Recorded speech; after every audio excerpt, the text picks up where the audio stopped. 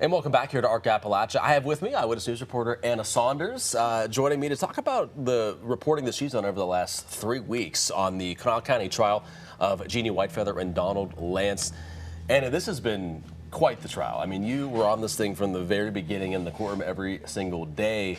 Ended up making history in the state of West Virginia, the way that this all played out. What was it like for you in the courtroom each day for this? Well, I think, in this business, we always think that we have seen and done it all, and then something comes around and proves otherwise, and this was one of those things for me. I think, I've covered trials before, but this, for a trial to go almost 3 weeks is almost unheard of. It's definitely happened before, but it's very, very unusual. A lot of unusual things happened in this trial. The evidence, there was so much evidence that they presented.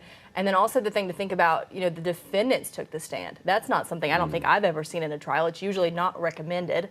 Both of them took the stand.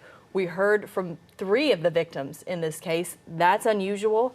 And that was probably one of the most powerful moments in the trial. So just a lot of moments, I think, that really define this as a historical trial. For sure. And so much emotional weight with this trial. I mean, just the subject matter involving, kids, being mistreated and just all of this coming about. I mean, talk about just like what this was like for you. And obviously, like when you're in this courtroom with the same people for weeks on end, you kind of, I'm sure, build some bonds there. You kind of see that emotion as it takes forth. I mean, I'm sure it's had really an impact on you.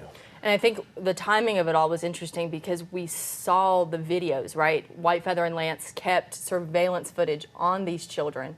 So we saw these videos play out in the courtroom before we heard from them. So we saw them so much, we've heard so much about them, and then we heard from them. And I think just the gravity of that and how chilling that was, that will, stick with me forever, especially, watching days and days and days of that footage, because we watched the 5 days of camera footage of them up until they were rescued from the Sissonville shed. So we watched their day-to-day life. It was sped up video, but we spent, I think, about 2 days in the courtroom going over that. So seeing that over and over again, and those were brought up again really throughout the trial, and then hearing from those kids, describing what that was like. I mean, that like I said, that's something that I'll never forget.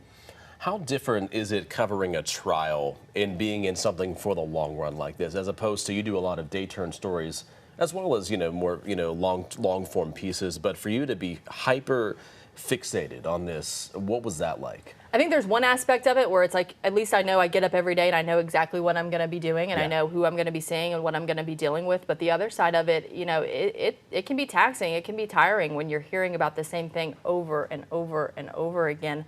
So you just, you think about the preparation that went into this, how much the prosecutors have been thinking about this, how much the police officers involved, everyone who testified, how much preparation went into a trial like this. That's really what I've been thinking about during all this. Yeah, and obviously, like when you cover anything, our job here as journalists is you got to remain unbiased, right? And so, and for you in court, you have the prosecution and the defense, and so talk about too, like for maybe people at home that aren't aware, it's like, our job is to just report what's going on. So therefore, you're just kind of listening to everything. You're conveying everything to us back here as we're keeping up to date. I'm sure that was obviously difficult to maintain for the long point as well. Yeah, and I think the important thing with that is you have to be mindful of the language you're using, right? At this point, when they're in trial, they are still presumed not guilty. And so when you're talking about that, you have to say that this is what they're accused of. This is what this person said. Attribute everything that's said. Say this is what we watched in court. Not try to attach any kind of opinions on it. Not try to put blame anywhere. Just say, really recap what happened. And I think that's sometimes difficult, right? You want to think about, okay, I want to cover everything, but really I just have to lay out and make it clear to people what happened in there, because not everybody can go watch a trial, but I want to make sure everybody knows what's going on, in the courthouse and what's happening over there. And then, of course, when they're convicted, you can kind of change it up and say they have been found guilty. They have done, the jury has found that they have done this. So I think that, you have to just keep in mind what you're saying and what you're conveying to people. And with this, with the kids involved, that was the thing to think about too. We couldn't use their names, we couldn't film them. So that was something that we always had to be cognizant of and mindful of throughout the trial. Yeah, that was a very active conversation in the newsroom. Whenever you were in the courtroom, we were back here saying, okay, these kids' faces could not be shown, so we had to use a lot of blurring technology on our editors, to make sure we don't show their faces, make sure their names weren't ever said or recordings of their names weren't ever heard. So a lot of work behind the scenes to make sure we got that right. And looking looking ahead, I mean, what does this mean, for this situation moving forward? Obviously, like this case making history in Kanawha County and in West Virginia. And one thing I wanted to say about that, this is the first time in state history where human trafficking was first charged. So just the charge alone was historical.